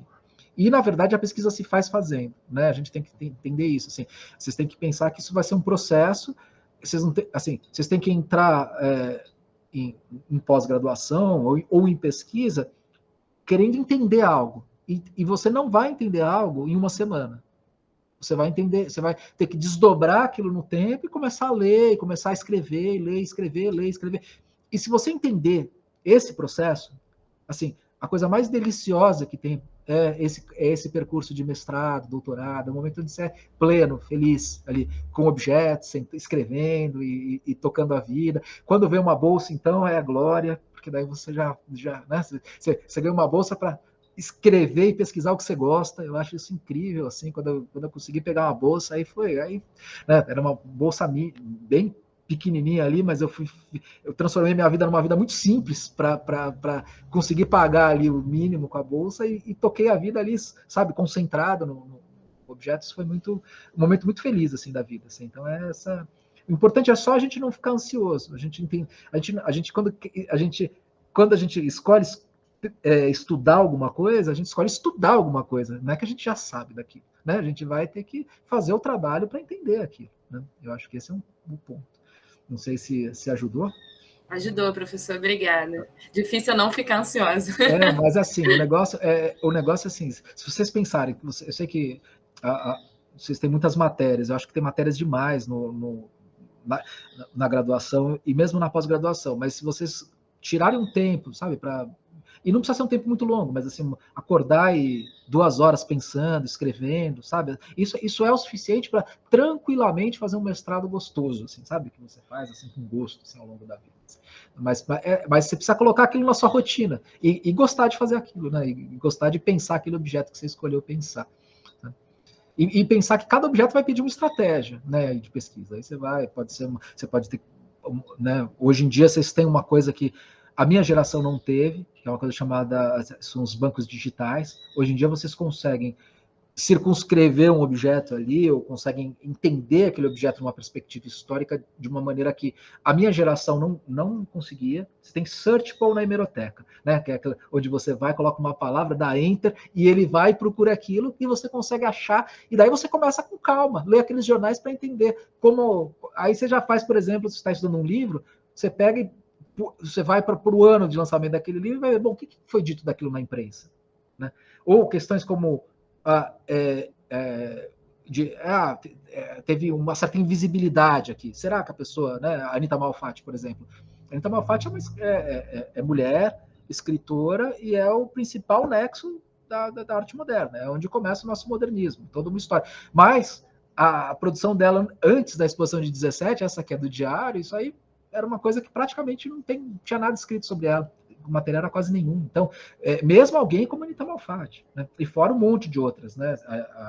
Tem situações, vale a pena, para quem tem interesse em discussão de gênero, a Ana Paula Simeone, que foi minha supervisora, que está naquele vídeo, ela fez todo um trabalho sobre as pintoras antes da Anita Malfatti, e recuperando o que elas faziam, o que elas pintavam, e tem umas histórias que são terríveis que ela recupera ali, coisa que ninguém nunca tinha, assim... Qual era o lugar comum até ela fazer esse trabalho? Quem são as pintoras? Tarsila do Amaral e Anita Malfatti. E antes? Antes não teve pintora. Aí ela achou um monte de pintora antes, né? E fez todo um trabalho sobre essas pintoras, que é genial o trabalho dela, né? Para quem tiver interesse para ver essas discussões de gênero, ela é uma socióloga da cultura, pensando na questão de gênero e trabalho, muito boa, assim, internacional, tá? Em Manual de Oxford, ela é referência como a socióloga que pensa gênero e trabalho, assim, então, assim, vale a pena, o trabalho dela é muito interessante, assim. E aí, Francisco?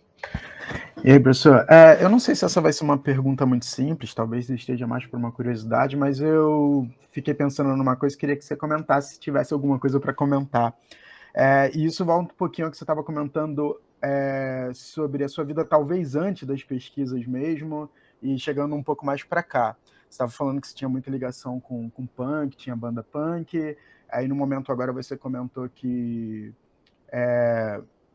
escuta muito Racionais e tudo mais, e assim, pesquisou Tom Zé, Tropicália, e assim, hoje a gente vê que tem bastante gente, pelo menos eu conheço, pelo menos pessoalmente, uma pessoa que pesquisa Racionais e tudo mais, ou pesquisou, e eu fiquei curioso, porque me parece que no movimento punk de São Paulo, não só de São Paulo, né, talvez desse para tirar um caldo ali, né, tem o Cólera, Garotos Podres, Ratos de Porão, até saindo de lá, né, pensando na Dead Fish, Flix voltando para São Paulo, tem bastante coisa ali que, inclusive, dá conta de parte do pensamento de esquerda brasileira que a gente dificilmente tem em outras artes. Você conhece alguém que pesquise isso, que já pensou isso dessa forma, do jeito que você vem pensando, ou pensa a canção e a música? O que você pode comentar sobre isso? Porque eu achei que me pareceu algo viável e interessante e me surpreendeu não ter ninguém, tipo, pelo menos eu não conheço, não vi ninguém fazendo algo do tipo assim.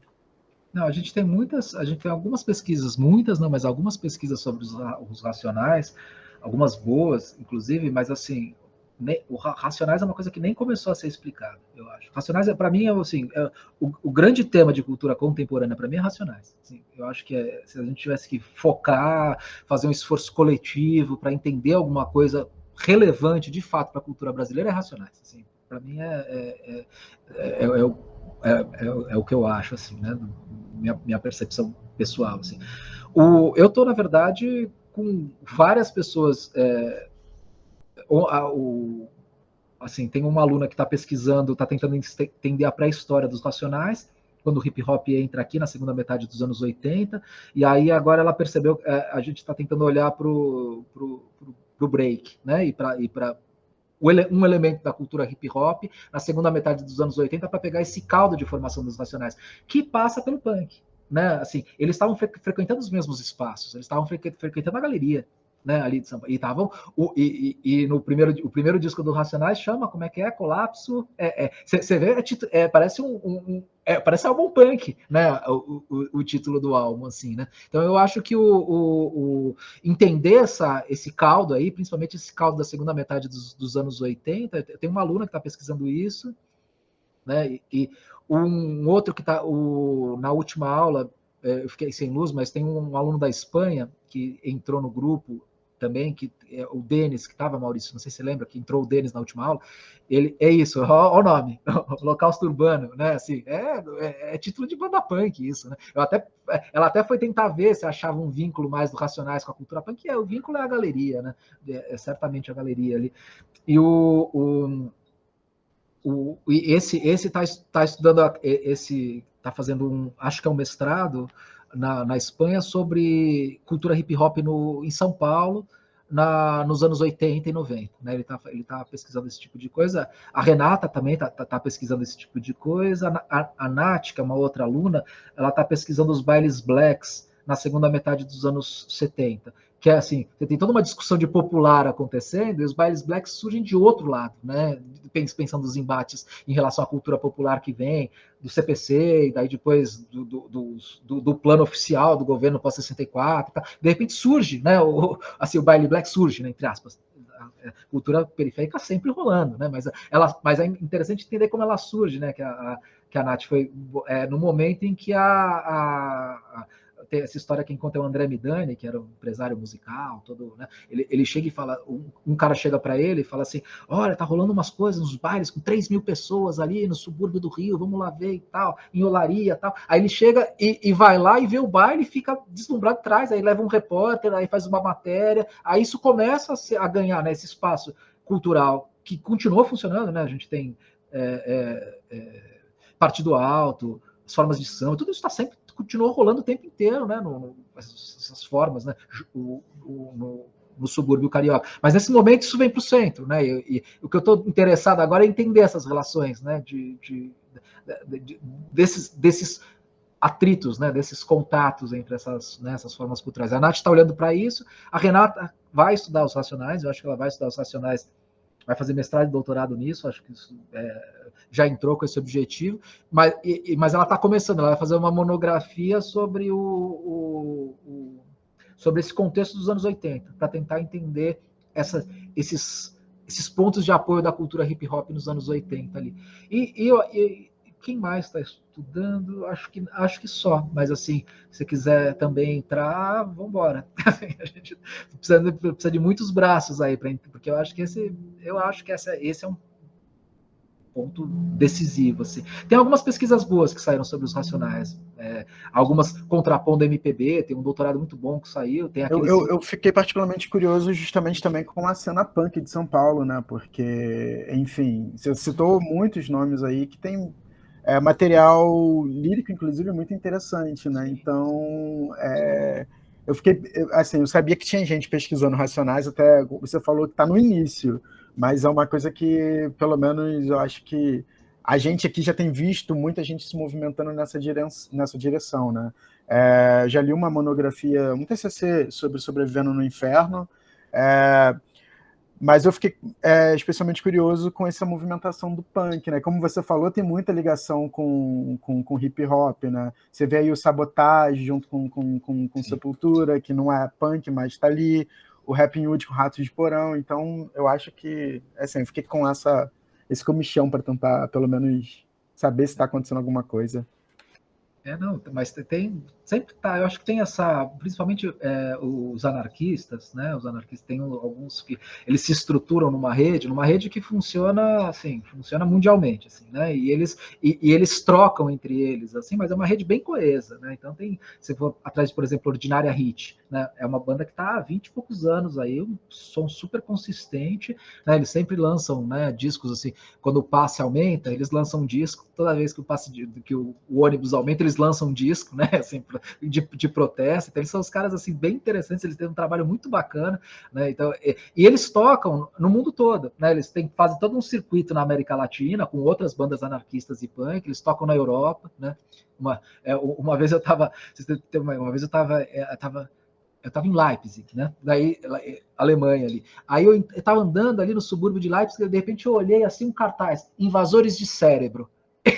Eu falei, pô, sabe, show do Invasores de Cérebro em Leipzig, foi assim, a coisa mais hilária que eu vi, assim, sabe? Então, esses circuitos que acontecem, né, né, numa cena que é uma cena punk, alternativa mesmo, radical, e que os caras, isso é uma coisa interessante, né, esses caras, eles não estão nem aí para questão de grana, né, eles conseguem, porque eles podem também não estar nem aí, alguns deles, né, pensando na Inglaterra e pensando nesses lugares, mas mas eles colocam um circuito de apoio mútuo que é muito interessante, assim, do ponto de vista da maneira como eles vivem, né? Sim, eles levam a ideia de autonomia muito a sério, exatamente. Assim. A gente consegue ligar isso ao citacionismo, a gente consegue fazer esses vínculos. As pessoas que saíram, entraram, começaram, né? A gente tem isso é uma coisa que é relativamente simples de fazer. Assim. E é muito bacana, né? Assim, vivem de música, né? Pensando música, fazendo, né? Trocando com essas, né? Isso é bem bacana, assim. Isso eu acho que valeria a pena olhar para esse circuito. Isso é uma coisa muito pouco olhada, assim, né, do ponto de vista dessa produção. Fala, João. Eu acho que interessante também seria pesquisar, não sei se existe muito, né, sobre rap, hip hop e o Planet Ramp, né? O Planet Ramp, no cenário brasileiro, fez uma mudança, né, que discutiu até com o governo. Mas eu queria falar outra coisa, só queria fazer um comentário, se você quiser falar mais sobre também, fica à vontade. Que eu fico vendo e perguntando até para principalmente críticos de cinema, o valor da nostalgia, né? O papel da nostalgia que muitas das vezes eles dizem, né, que pode atrapalhar.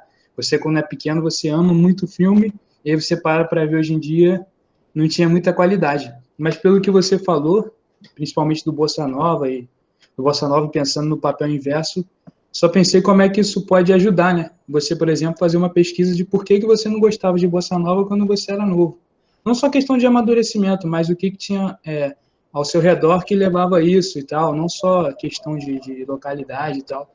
Só queria comentar isso mesmo, como é que a nostalgia e as lembranças em si podem ajudar também no papel da pesquisa.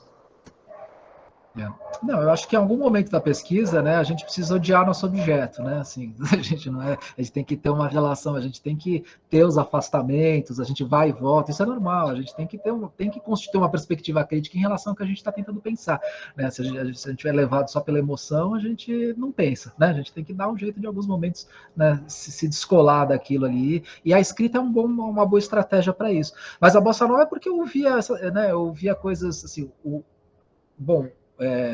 eu via tudo bem, Chico Buarque, por exemplo, né?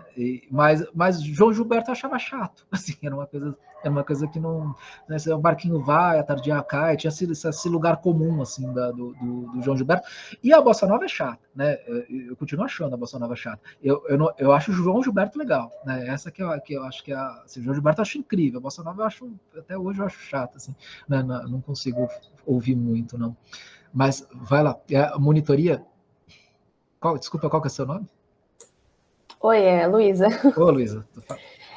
Eu queria saber qual que é a sua relação, assim, já que você o seu objeto de estudo, né, a música, e, enfim, também os livros, se você consegue apreciar a literatura e a música sem encarar isso como uma forma de trabalho. Porque eu acredito que seja muito automático você querer analisar tudo. Eu tenho aula com a Dani, ela estava falando sobre isso, né, da gente ter esse cuidado de todo texto, cuidado de não tornar trabalho todos os textos que a gente acaba lendo. E eu acho que isso é bem desafiador, então eu queria saber qual que é a sua relação com isso, tendo estudado a música a nível doutorado. Eu vou dizer, um amigo meu da época punk falava assim, você quer transformar algo que você adora em uma coisa sacal, se profissionaliza naquilo. Assim, ele sempre dizia isso. Ele falava, né, assim, isso é claro, a questão do prazer, ela acontece de outra maneira, eu acho, né, na verdade. Eu acho que pensar as coisas é muito prazeroso, né? Eu acho que o ideal é não descolar. Pensar os objetos é legal, escrever é legal, sabe? A gente tem que tentar ter a relação de prazer assim. E às vezes você ouve, né? Ouve, pensa, e quando, né? Por exemplo, quando a gente, conhecendo o funk, eu não parei, fiquei analisando cada música que eu ouvi de funk, eu estava ouvindo funk, estava ouvindo e tentando, né, ouvir ali, entender o clima, para daí começar a ter começar a criar diferenciação interna para ouvir uma coisa e a outra, assim, né? Então, eu acho que isso a gente tem um vício profissional mesmo, né? A gente tende a querer pensar mas assim, o que eu sei é que a hora que eu for eu já avalio o trabalho. Putz, queria pensar essa música. Eu já sei o trabalho que aquilo vai me dar. Assim, eu vou ter que sentar e aquilo vai ser um trabalho que você vai ter que sentar, um trabalho de escrivaninha e tal. Então a gente fica o tempo inteiro, né? A gente tava, por exemplo, tem né? Eu estava conversando no curso de quarta-feira com o Henrique. A gente estava pensando no João Gilberto. Um trabalho que seria genial, né? Eu até falei, Henrique, a gente precisa fazer esse trabalho. É pegar o Guedes e Gilberto. Não sei, sabe qual que é esse LP? Esse LP, assim, o João Gilberto foi para fora e gravou com o Stan Getz, que é um saxofonista de jazz, um disco que foi o que projetou a Bossa Nova. E o disco, foi super tensa a gravação, né? E daí, no momento do disco, que ficou super famoso, assim, o João Gilberto estava de saco cheio do Stan Getz, né? Daí estava o Tom Jobim, assim, o João Gilberto não falava ainda inglês, ele chegou e falou assim, virou pro Tom Jobim e fala: ô Tom, fala que esse cara é burro, que ele não entende nada de música, que ele é um idiota, não sei o quê. Aí o Tom Jobim virou para ele e falou assim: então, seu Getz, ele tá dizendo que você é incrível, que é um prazer enorme tocar com você. E daí o Tom Jobim traduziu assim para ele, né, a história. Mas assim, o que seria legal? Porque o disco ele ficou assim, metade é do João Gilberto e metade é do Stan Getz, com solo de saxofone.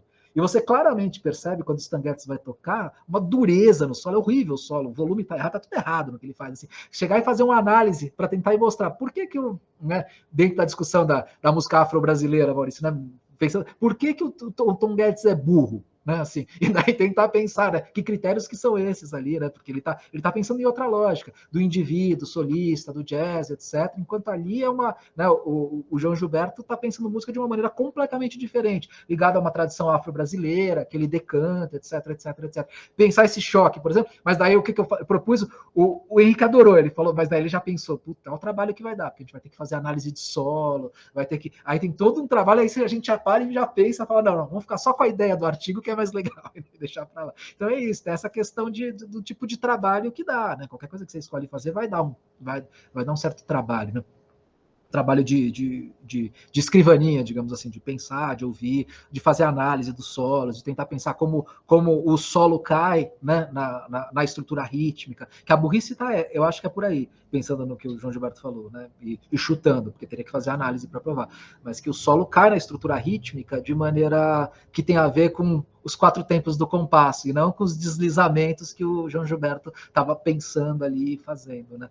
Mas eu acho que é isso. Eu acho que o que a gente tem que tentar fazer é não fazer com que... tentar escolher coisas que vão motivar a gente a continuar pensando e refletindo e entender que criar um prazer de escrever e pensar. Isso eu acho que é a coisa principal. Às vezes pesa um pouco, né? Eu vejo muita gente que fala, putz, foi um martírio fazer mestrado e doutorado, né? Eu fico sempre surpreso, foi a parte mais gostosa da minha vida fazer mestrado e doutorado, assim, foi muito prazeroso, né?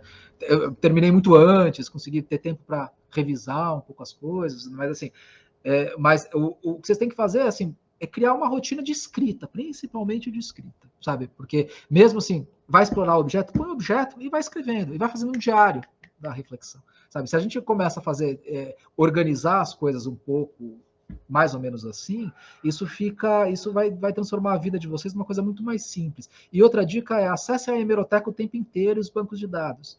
Qualquer coisa, você vai estudar um livro, vai para o lançamento do livro, vê o que falaram do livro na época, sabe? Isso vocês fazem em 10 minutos. Vocês dão um search, olha, lê um pouco o jornal, vai para a história da imprensa, entende um pouco que jornal que é aquele, daí vai, sabe, vai tramando as coisas, assim, dando sentido histórico, social, entendendo as coisas e situando as coisas historicamente. Isso é uma coisa que vocês podem fazer para a gente, uma coisa desse tipo, para 6 meses de trabalho.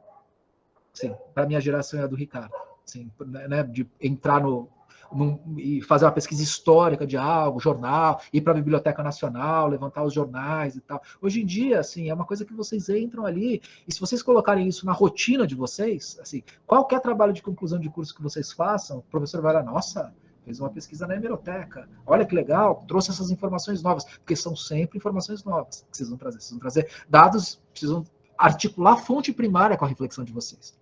Né? Tenham isso no horizonte, isso é fundamental. Assim, as práticas de pesquisa estão mudando radicalmente, né?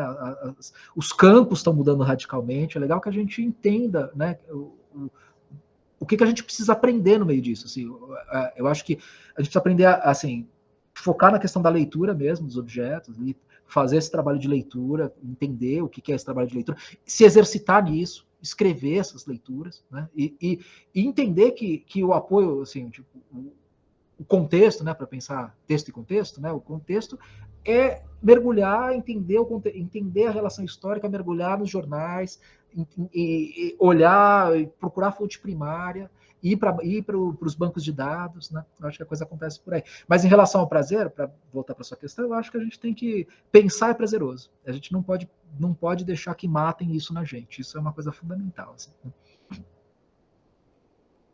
Alguém está com a mão levantada? Não, mas eu queria fazer um... É porque eu não consegui formular uma pergunta, mas eu tenho uma pequena inquietação, eu queria que você comentasse, Carlos, que é, você falou que fez seu pós-doc voltando para São Paulo, né, e trabalhando em acervo. E isso é uma coisa que tem totalmente a ver com o que você falou de buscar na hemeroteca as coisas, né, de vasculhar, revirar um pouquinho o passado através de matéria primária, né? Lá em São Paulo vocês têm o IEB, não é? O IEB ele conserva alguns acervos. Aqui no Rio, na UFRJ... Tem um monte de coisa no Rio, um monte. Um assim, monte, então. Os pesquisadores do Brasil inteiro viajam, assim, a gente tem todo mundo, a gente tem que ir para o Rio, tem que ir para o gabinete de leitura, né, tem que ir para a Biblioteca Nacional, vocês têm os principais arquivos no Rio, assim, sem sombra de dúvida. Mas vai, continua. Era por aí, eu queria que você comentasse um pouquinho isso, porque... por causa disso, né? Porque revirar essa matéria que eu não vejo como cultura. Aqui, pensando na minha graduação, na minha formação pessoal, eu não tive isso como uma prática, mas que é uma coisa que parece muito boa. E a Casa Rui, né? Assim, eu passei em 2019, eu ia 2 vezes por semana para Casa Rui. Ia de manhã lá, pegava as coisas do João Cabral, pegava as coisas do Drummond, a Hilda Hilst, né? Cartas pornográficas para o Drummond que ela mandava, vem para cá fazer o Kama Sutra inteiro comigo, sabe? As coisas que a gente vai, que só no arquivo a gente vai ver esse tipo de coisa, sabe? Indo lá olhar e tal. Então eu acho que vale, vocês têm que é bacana aí. A Casa Rui é incrível. A Casa Rui é um acervo também, assim, maravilhoso. Eu fiquei a maior parte do tempo em 2019 indo lá, assim, 2 vezes por semana para Casa Rui, assim, ia lá, porque me interessava recuperar uma história do João Cabral ali, particular, que eu queria entender uma coisa quando ele foi caçado, né, ele foi caçado por montar uma célula comunista no começo dos anos 50, aí ele foi derrubado aqui, daí eu estava tentando entender esse tipo de coisa, aí não consegui entender, porque ali não tive muita informação, mas depois eu consegui juntar as peças, assim.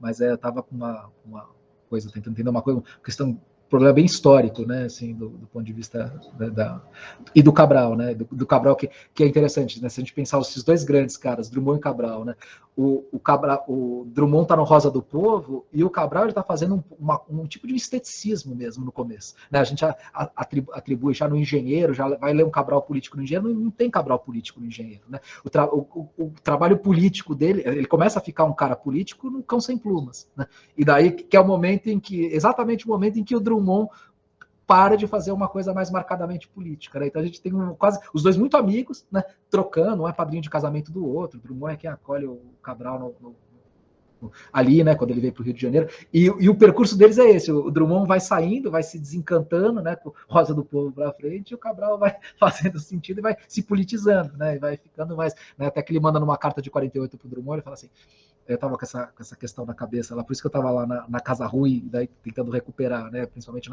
na correspondência deles, ela foi publicada, mas eu estava tentando ver pela carta com Vinícius, as cartas que ele troca com outras pessoas. Mas em 48 ele chega, isso é uma coisa bem curiosa, ele chega e fala: olha, eu a partir de hoje eu sou comunista, ele fala, né? Em 48, né? E daí, só que é um comunista, né? Ele é um comunista ali, sem filiação com partido, né? Ele vota, depois é caçado, ele acha interessante essas ideias, assim, coloca e faz um livro que é sensacional, um dos maiores livros que eu acho da poesia brasileira, que é o Cão Sem Plumas, que é um livro que você lê e fala, uau, né? Você fala ali, você tem um tipo de tensão literária absurda, assim, né? Lindaço o livro. Para quem não conhece o Cão Sem Plumas, eu recomendo, assim.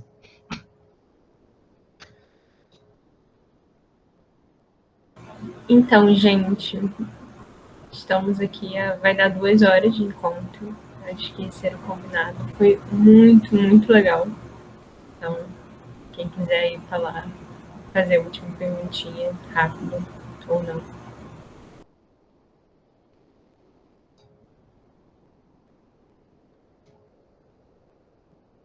Ninguém mais? Eu acho que da minha parte só tenho a agradecer mesmo, porque foi uma troca bem bacana, e ela fluiu como tinha que fluir, naturalmente, foi para onde tivesse que ir, e sei lá, acho que todo mundo, assim como eu, tá com um monte de coisa para pensar, né? Principalmente quando você fala que mesmo lá, depois do doutorado, a gente começa a se formar, então é muita coisa para... Muito, embora essa fala tenha deixado muitos corações desesperados.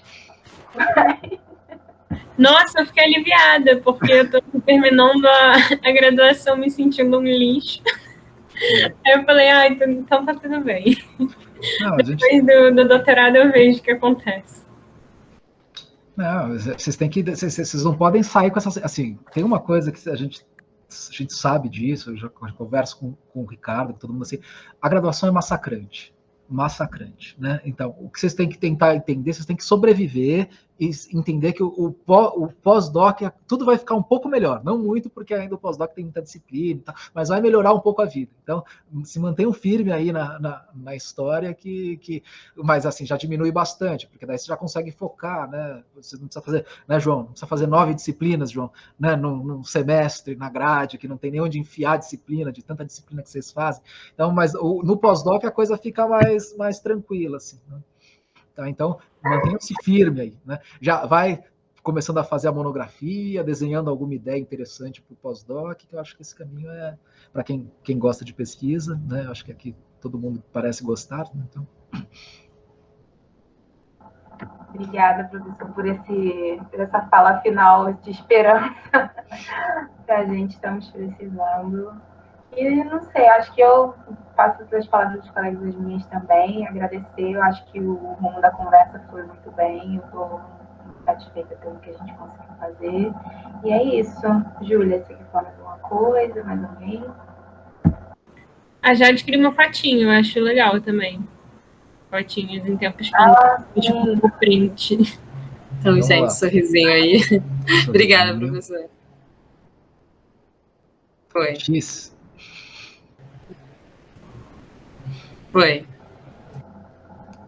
Tchau, gente. Obrigada. Até a próxima. E lembrando, qualquer coisa escreve, né? A ideia é a gente tentar montar grupo, pensar coisas, né? Mas, assim, só a minha obsessão atual é Norbert Elias. Eu tô lendo esse cara aí, quem tiver a fim de ler, eu tô já no 4º livro dele, assim, eu vou embora. Obrigada, professor. Tá tchau, gente. Obrigado, professor. Tchau, gente. Valeu. Bom fim de semana. Obrigada, professor. Beijão.